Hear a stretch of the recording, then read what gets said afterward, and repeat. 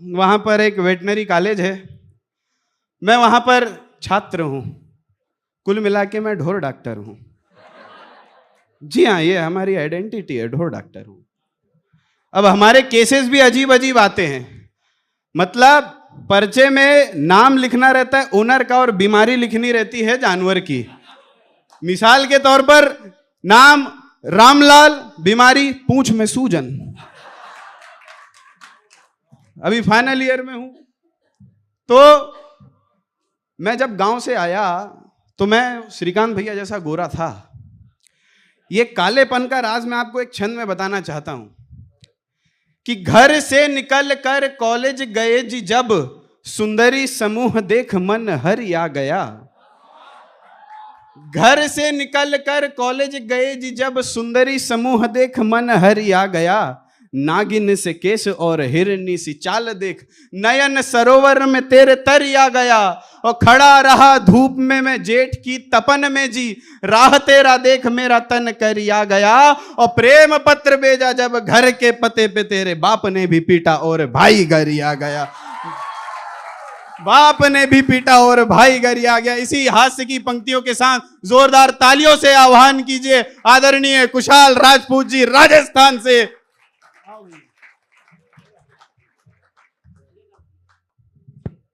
कर लूंगा सेठ, मैं पहले माइक वाला ही था। ऐसा थोड़ी कि राजस्थान वाले खाली लड़ते ही हैं, हमको सारे काम आते हैं। इसकी आवाज बढ़ा दीजिएगा भाई थोड़ी और। हाँ ठीक है। देवी अहिल्या की पावन पुनीत धरा को, महाराणा प्रताप की स्वाभिमानी धरा राजस्थान का प्रणाम।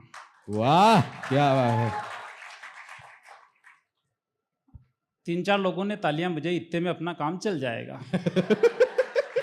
छोटा सा परिवार है, एक लुगाई है, एक बच्चा है, पल जाएगा।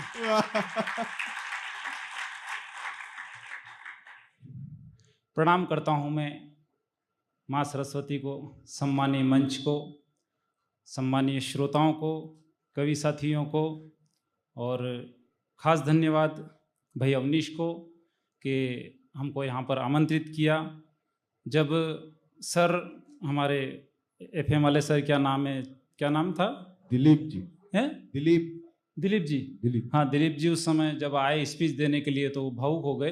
हम भी राजस्थान के लोग हैं, बहुत भावुक हैं। बस फर्क इतना है सर कि जब आप भावुक हो गए तो आप बैठ गए, और जब हम लोग भावुक होते हैं तो डायरेक्ट बोतल की तरफ पहुंचते हैं। तो ठीक है, वो अपना अपना शौर्य है कि नहीं। हाँ, ये कल ऐसे ग्रुप बना हुआ था हमारे इसका कवि सम्मेलन का 4 मई का, तो उसमें मजाक कर रहे थे। तो इधर से ये अपना ये बीच में एक चेचिस बैठा है।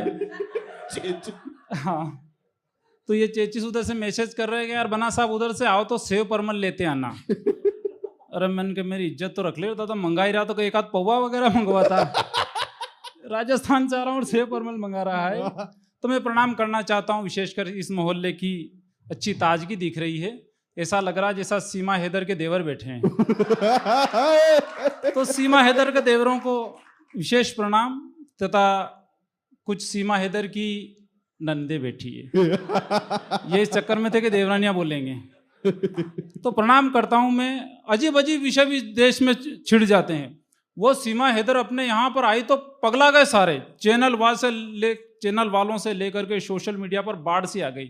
जबकि अपने यहाँ पर सीमा हैदर की क्या औकात है। 4 पंक्तियों से कवि सम्मेलन को शुरू करना चाहता हूँ। स्वागत। आखिरी पंक्ति पर थोड़ा मजमा जमाना आप लोग कि जिसने खेल खेल में देश धर्म छोड़ा, जिसने खेल खेल में देश धर्म छोड़ा, उसके संस्कार कैसे, 4-4 बच्चों की अम्मा को उस झिंगूरे सचिन से प्यार कैसे। और तेरे जैसी एरी गेरी नत्थू गेरी बहुत आती जाती रहती है। और सुन ले सीमा हैदर, तेरे जैसी तो हमारे यहाँ बकरियां चराती है। वाह, ये तो बढ़िया हुआ, बहुत बढ़िया हुआ आदरणीय सर। अच्छा हुआ। वो तो क्या हुआ कि सीमा हैदर वहां नोएडा में आई। मान लो हमारे राजस्थान में अगर आ जाती, मान लो किसी गाँवड़े में ना, अगर उसको कोई देरानी जेठानी होती तो आते ही नहीं घर में कलश। अच्छा, मेरी भाषा समझ में आ रही है? आएगी सही, तुम लोग को इंग्लैंड से तो आए नहीं हो, और मैं कोई चाइनीज तो बोल नहीं रहा हूं। तो मान लो आती नहीं, डायरेक्ट आते नहीं घर में कलश। क्योंकि इधर क्या है कि वो उसकी जेठानी ताने मारती रोज। वो क्या ताने मारती कि तुझे शादी करके थोड़ी लाए, तेरा तो नातरा लाए। नात्रा जानते हो? हाँ, मेरे ही माजने के लग रहे हो बिल्कुल। नात्रे के बारे में जानकारी होना बहुत जरूरी है, बहुत महत्वपूर्ण विषय है। जो पहले संचालन कर रही थी आदरणीय दीदी, क्या नाम है? अनीसा जी, अलीजा। हाँ, बहुत अच्छा नाम है आपका। मुझे लगता है जब ट्रेन रोकने के लिए सिग्नल खराब होते होंगे तो हमारे आदरणीय दीदी को ही खड़ा करते होंगे। तो एक बार जोरदार तालियां बजाइए, बहुत अच्छा संचालन इन्होंने किया था। और अच्छा संचालन वैसे करना ही था क्योंकि रेडियो इसी काम की तनख्वाह दे रहा है। बाकी मैं प्रणाम करता हूँ आपको। हाँ, हालांकि आपको दीदी बोलते हुए भी मन नहीं मान रहा, अब क्या करो, इतने लोग।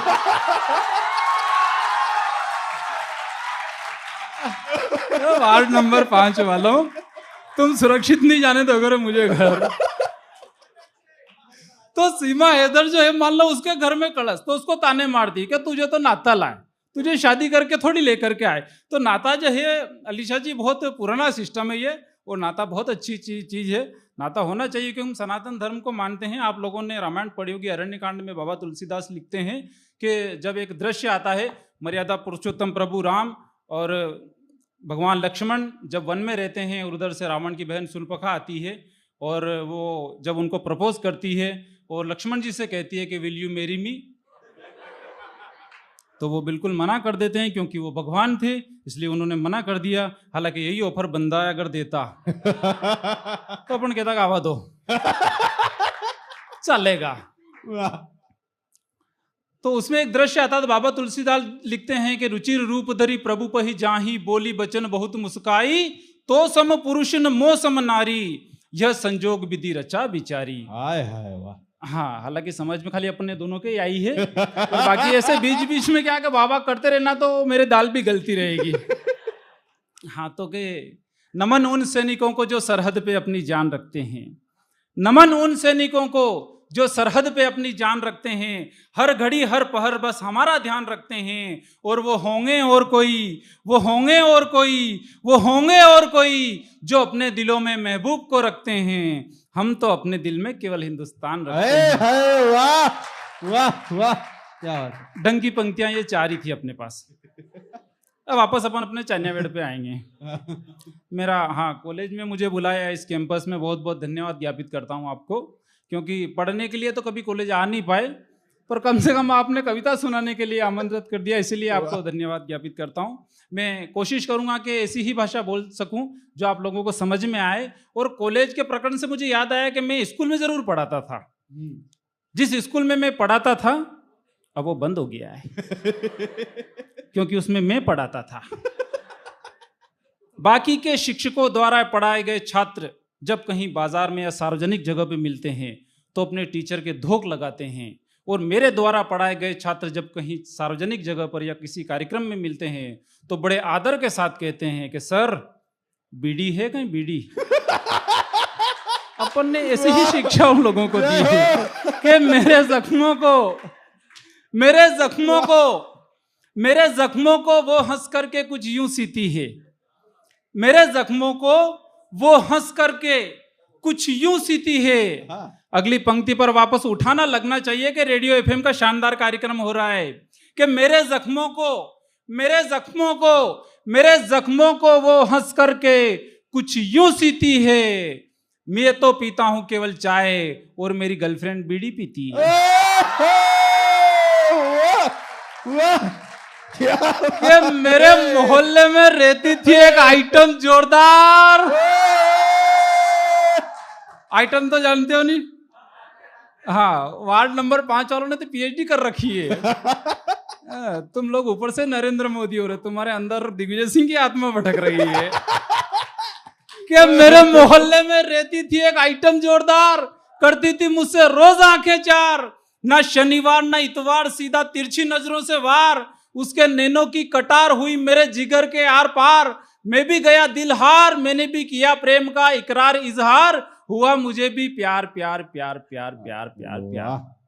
इति श्री रेवा खंडे प्रथम अध्याय समाप्त। ताली बजाओ। सत्यनारायण। आप लोग तो ऐसे शांत हो गए कि जैसे मैंने आपकी गर्लफ्रेंड पटा ली हो, तो आप लोग हा हू कर सकते हो। कि मेरे मोहल्ले में रहती थी एक आइटम जोरदार करती थी मुझसे रोज आंखें चार, न शनिवार न इतवार, सीधा तिरछी नजरों से वार, उसके नैनों की कटार हुई मेरे जिगर के आर पार। मैं भी गया दिलहार, मैंने भी किया प्रेम का इकरार, इजहार हुआ मुझे भी प्यार प्यार प्यार प्यार प्यार। कि वो फलानी ढिकानी, फिर उठाना, कि वो फलानी ढिकानी, वो फलानी ढिकानी मेरे दिल की धरानी, थोड़ी कमसिन और थोड़ी सयानी थी। एक दिन पास जाके देखा तो पता चला वो तो एक आंख से काणी थी। वाह वाह, जय हो। हालांकि मेरे को कहानी मिल गई, मैं उसी में खुश हूं। मैं संतोषी आदमी हूं, क्योंकि मैं जिस स्कूल में पढ़ता था उसी को बंद करवा दिया। मैं एक बार कक्षा में जैसे इंटर हुआ, सम्मानीय अर्पिता दीदी, जैसे मैं कक्षा में गया, अब मैं आदर्श शिक्षक, तो मैंने जाके कहा कि सारे बच्चे विद्या की तरफ ध्यान देंगे। एक अवनीश जैसा प्रतिभावान लड़का खड़ा हुआ और बोला कि सर आज विद्या नहीं आई है, आप बोलो तो कविता की तरफ ध्यान ले लें। दूसरे बच्चे से प्रश्न किया, हमारे हिमांशु भैया जैसा, उससे पूछा, मैंने कहा चांद पे पहला कदम किसने रखा? उसने कहा कि सर मुझे याद है। मैंने कहा बता, कि चांद पे पहला कदम नील आर्मस्ट्रांग ने रखा था। मैंने कहा बहुत बढ़िया। दूसरे लड़के को खड़ा करा, मैंने कहा बता चांद पर दूसरा कदम किसने रखा था? इधर से हिमांशु बोल पड़ा कि वो नील आर्मस्ट्रांग लंगड़ा थोड़ी था, दूसरा भी उसी ने रखा था। वाह, कि युगों युगों की वैभवता को सहेज रही मां भारती, युगों युगों की वैभवता को सहेज रही मां भारती, खगकुल यशगान करे स्वयं भास्कर उतारे आरती। सहस्त्र युगों के कालखंड में वीरता का वैभव समाया है, इस मिट्टी का कहना क्या, इसको कान्हा ने खाया है। अरे कहीं गाय बैल, कहीं सूरज चंदा, कहीं गाय बैल, कहीं सूरज चंदा, कहीं पेड़ भी पूजे जाते हैं, कहीं सुदामा के चावल, कहीं शबरी के बेर खाते हैं।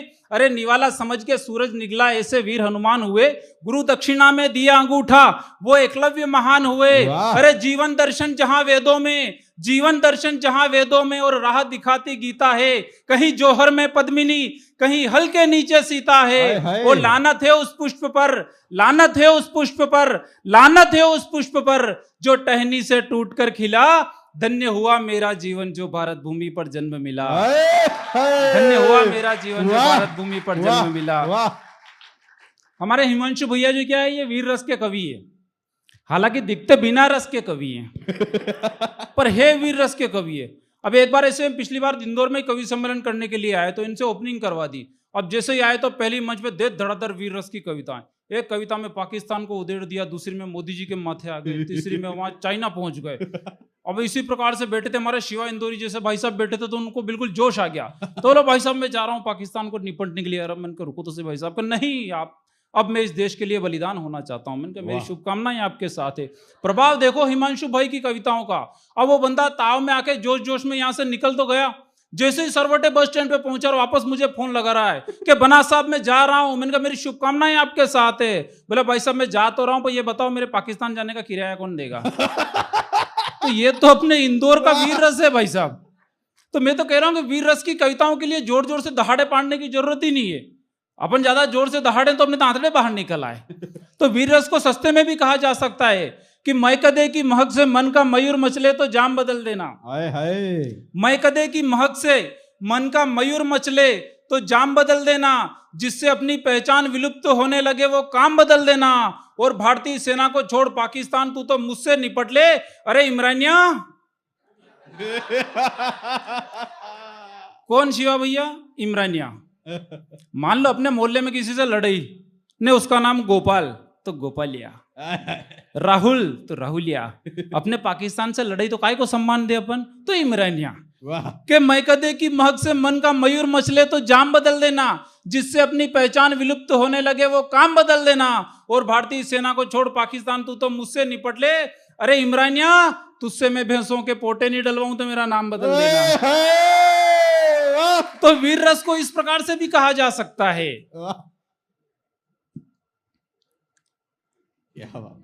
भूल गया कहीं नहीं। और ये ईमानदारी है कि मैं स्वीकार भी कर लेता हूं कि मैं भूल गया। हालांकि मैं हर बार नहीं भूलता हूं। आचार संहिता चल रही है, बड़ी टीम है। मैं एक आखिरी कविता सुनाता हूं, उसके बाद कहीं दूसरा दौर हुआ, आप लोगों का प्रेम होगा तो फिर देखेंगे। एक कविता जो मैं महसूस करता हूं कि युगों युगों की वैभवता को सहेज रही मां भारती। क्या बात है, वाह। युगों युगों की वैभवता को सहेज रही मां भारती, खगकुल यशगान करे स्वयं भास्कर उतारे आरती। अरे सहस्त्र युगों, वाहवानी ये पहले सुना दी है। आपको याद दिलाना चाहिए कि दूसरी सुनाओ कि धन्य धन्य धरा जहां शिवाजी खेले हैं, धन्य धन्य धरा जहां शिवाजी खेले हैं, इतिहासों के कालखंड में अनेकों युद्ध झेले हैं। कभी मुगलों ने इसको लूटा और शासन का विस्तार किया, कभी फिरंगियों ने वेदों को 7 समंदर पार किया। आजादी के हवन कुंड में कई शेखर बलिदान हुए, जिसने एक लाठी ना खाई वो लोग कैसे महान हुए। अरे चाचा नेहरू याद रहे, सरदार पटेल को भूल गए, धन्य थे वो भगत सिंह जो फांसी के फंदे पर झूल गए। अरे जनतंत्र में तंत्र फूला, जन कहीं पर गौण हुए, CNRC पर खूब चीखे, राम मंदिर पर मौन हुए। अब फिर अवसर आया है खोई प्रतिष्ठा पाने का, तिरंगे के लहराने का, जय चंदो को सबक सिखाने का, और एक नई उम्मीद की किरण। आखिरी पंक्ति पर मुझे विदा देना चाहते हो तो उठा देना कवि सम्मेलन को। एक नई उम्मीद की किरण, एक नई उम्मीद की किरण जिसकी बातों में है, एक नई उम्मीद की किरण जिसकी बातों में है। पहली बार देश की कमान किसी मर्द के हाथों में है।